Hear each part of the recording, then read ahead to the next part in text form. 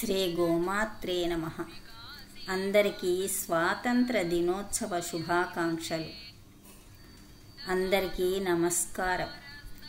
ఈరోజు మన దేశానికి స్వాతంత్రం వచ్చిన రోజు. 1947వ సంవత్సరం ఆగస్టు 15 నాడు స్వాతంత్రం వచ్చింది. చాలామంది స్వాతంత్ర సమరయోధుల పోరాటం వల్ల దేశానికి స్వాతంత్రం వచ్చింది. వారు ఆస్తులను, చివరకు ప్రాణాలను కూడా త్యాగం చేశారు దేశం కొరకు.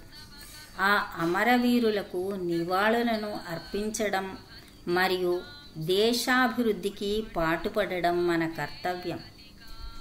పిల్లలను మంచి పౌరులుగా తీర్చిదిద్ది దేశ ప్రగతికి పాటుపడేలా చేయడం కూడా మన కర్తవ్యం. జయతు భారతం, జయతు సంస్కృతం. జననీ జన్మభూమిశ్చ స్వర్గాదపి గరీయసి.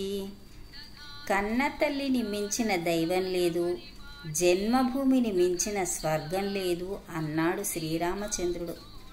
అందుకే దేశాన్ని ప్రేమిద్దాం, దేశ ప్రగతికి పాటుపడదాం. జై హింద్, జై గోమాత.